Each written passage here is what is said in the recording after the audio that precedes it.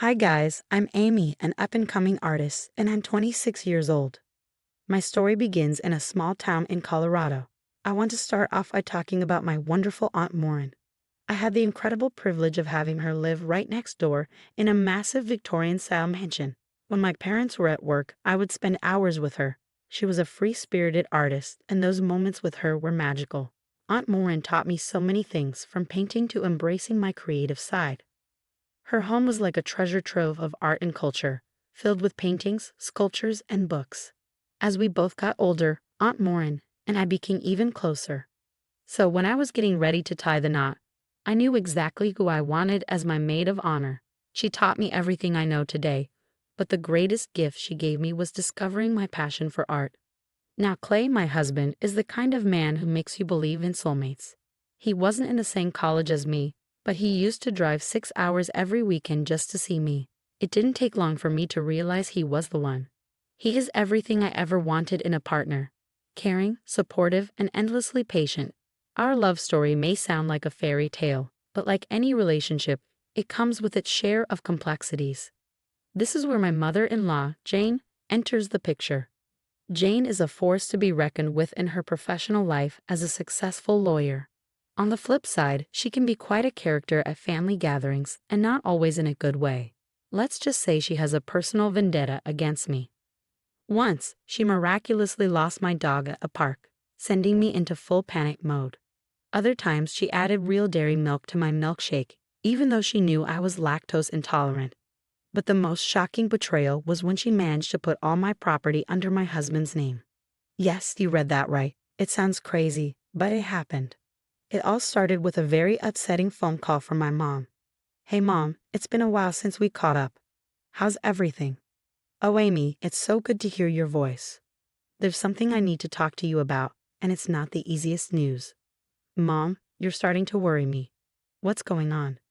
"It's about Aunt Morin, sweetheart. She passed away recently." "Aunt Morin?" "Mom, please, this can't be true." I started crying. "Yes, honey, as much as it pains me to say it, it's the truth." "Oh, Mom, I can't believe it. When did this happen?" "It was just last night, Amy. Morin had been battling an illness, a heart condition she hadn't told anyone about. Typical Morin, she never wanted to trouble anyone. Well, she's at peace now. We're planning her funeral, and we'd really like you to be there."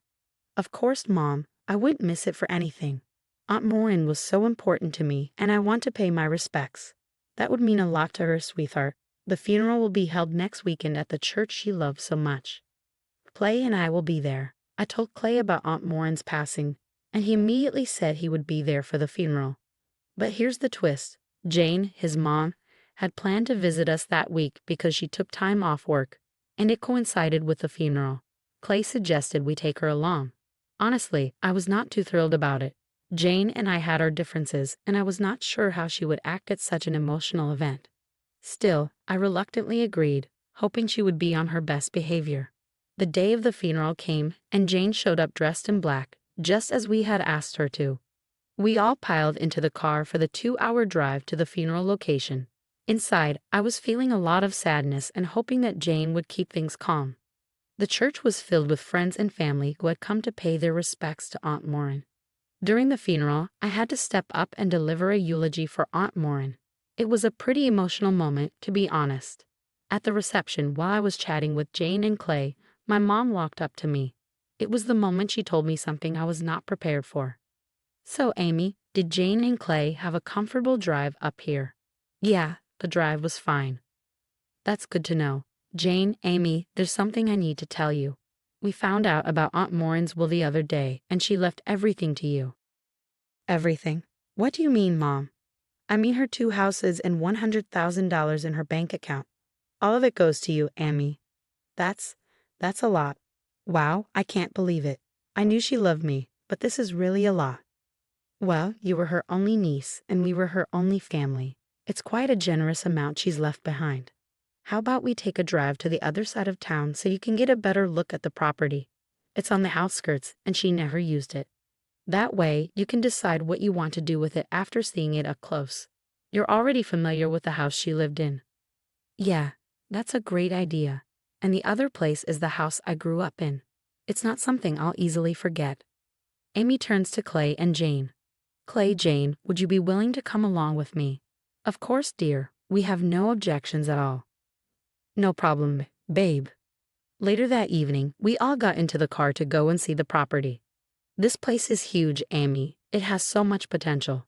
Indeed, but it does seem like it hasn't been maintained for a while, Jane pointed out. That's true. It will need some work to get it back in shape, I replied. You know what, guys? I've made my decision. I'm going to renovate this place and put it on the market. Meanwhile, I'll keep the other place.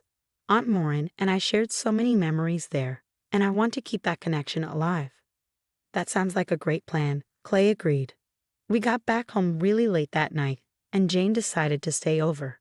The following day, over a cup of coffee, just before Jane was going to leave, she came up to me with an offer. Amy, I've been thinking, since I'm a lawyer and I deal with legal paperwork all the time, I can help you with the legalities of your Aunt Morin's properties. Oh, really, Jane? Well, it is the least I can do. I know this inheritance is relatively straightforward, but dealing with multiple properties can get a bit complex. I'm familiar with all the ins and outs of this stuff. It would definitely make things easier. I would be happy to assist. I can ensure everything is in order, from transferring titles to handling any legal documentation that may be required. So if I have your permission, forward all the documents to me, and I will take care of everything. You might already be going through a hard time losing your aunt. Let me help you. Thank you, Jane. That takes a weight off my shoulders. Jane had pulled some pretty silly tricks on me in the past, but I couldn't deny that she was a dang good lawyer. After some thought, I decided to take her up on her offer to handle the paperwork. You know, Jane could be a bit, well, let's say difficult to deal with at times. Like any mother-in-law, she had her moments, but I honestly didn't think she could cause me any financial trouble. I mean, we're talking about legal stuff here, not meddling in my personal life, right? It was one of those situations where you weigh the benefits against the potential headaches. And let's face it, dealing with multiple properties and legalities can be a real headache. So I figured, why not let Jane put her legal expertise to good use? It might actually save me from a few migraines down the road. In just a couple of weeks, while I was busy with my art projects at home, Jane completely took over. She had me sign what felt like a million documents. She explained each one, making it all sound so straightforward. I trusted her. After all, she was a lawyer, and I thought she had my best interests at heart.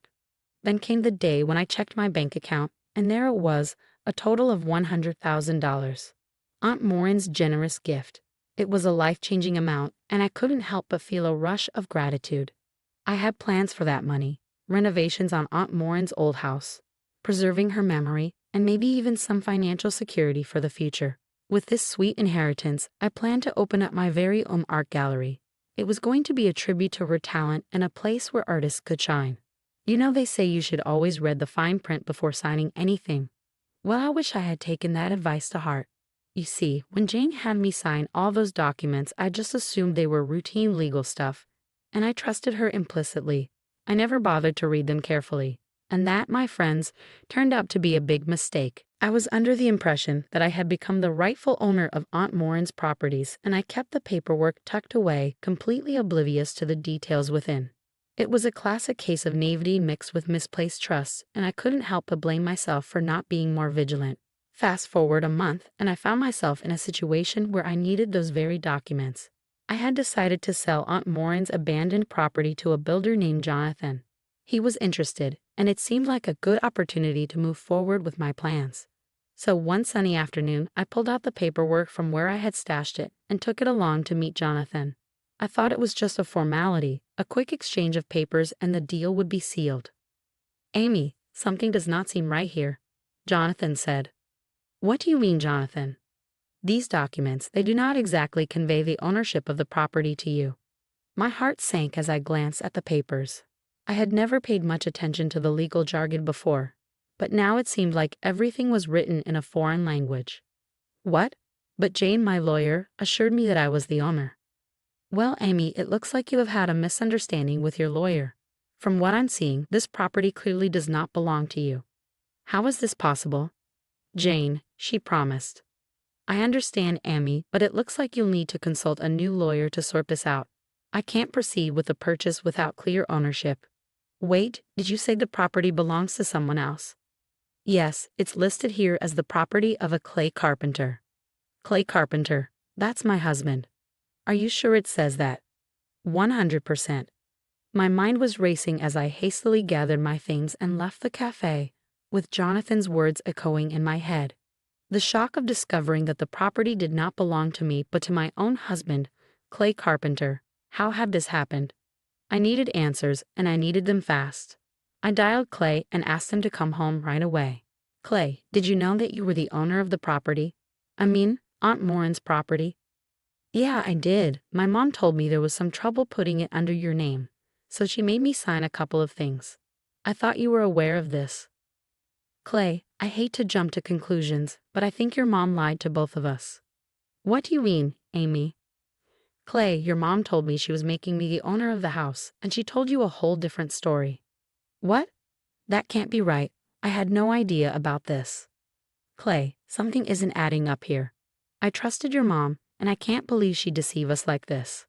This is messed up, Amy. I need to talk to my mom about this. Clay and I looked at each other, totally puzzled. Without wasting any more time, we hopped in the car and drove to her place, ready to get to the bottom of this crazy mess. Jane, we need to talk. We found out about the property, and there's something you need to explain, Clay said as soon as we arrived. What are you talking about, dear? Cut the act, Mom. We know you lied to both of us. You told me you were making me the owner of the house, and you told Clay that you were making him the owner and that I was okay with it. What is the truth here, Jane? Ah, you caught me there. Well, Amy, I did what I thought was best for my son. He deserves all of it. You see, Amy, I've never quite trusted you.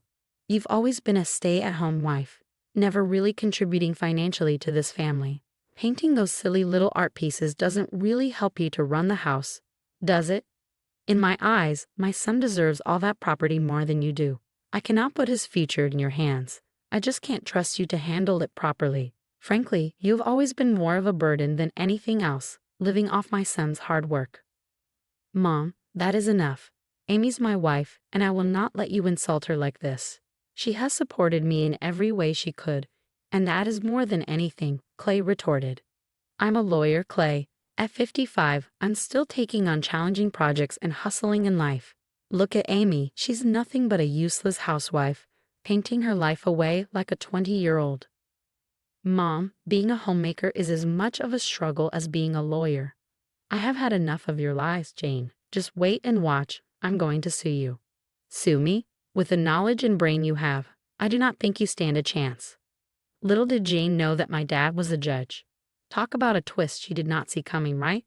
I had grown up in a family where justice and fairness were like our family mottos, so of course, I was ready to fight for what was rightfully mine. Now let's get one thing straight. Being a housewife is no excuse for anyone to steal your inheritance and pull all this shady stuff.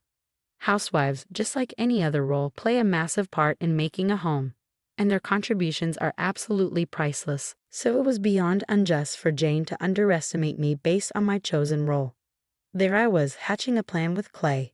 He was all in and knew his mom's tactics like the back of his hand. We were not going down without a fight. We decided to get our own lawyer, and with legal expertise on our side, we went full steam ahead, filing a lawsuit against Jane. Our case went to court, and let me tell you, that day is etched into my memory forever. It was one of those moments when you feel like your life is on the line and everything hangs in the balance.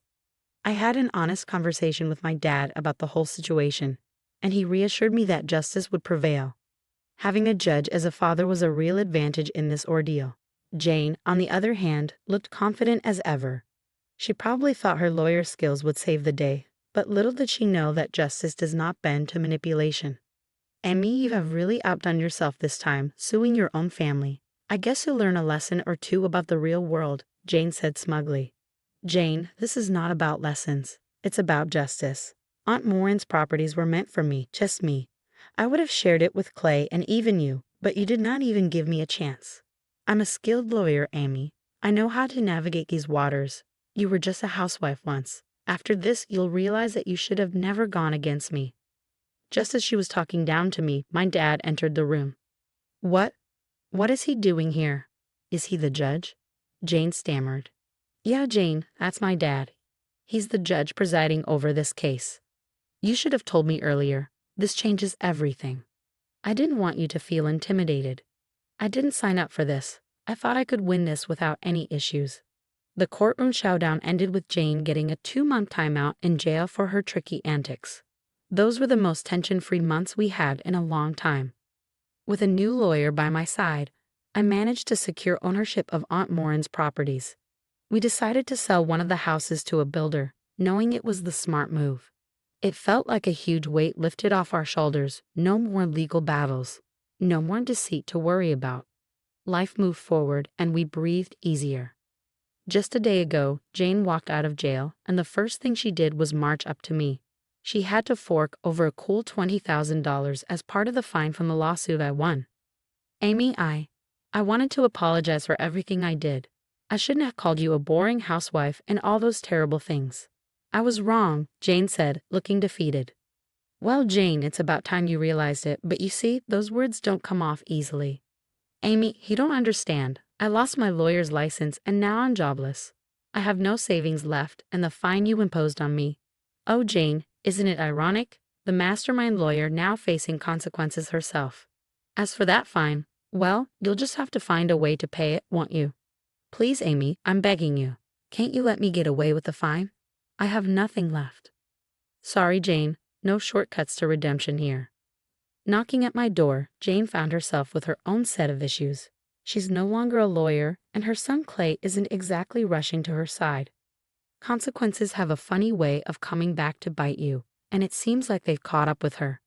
She eventually paid us the money, which we honestly didn't need, and now we have completely shut her out of our lives. I hope she learned a major lesson. Respect every hustle out there and treat everyone right. Don't let your ego get too inflated. The higher you soar, the nastier the fall when you come crashing down. Now I'm the proud owner of some prime property and a nice chunk of cash. It's like a world of opportunities just busted open for me. I've got this killer plan to open up a gallery for myself, and the first art show is going to showcase all of Aunt Morin's incredible art.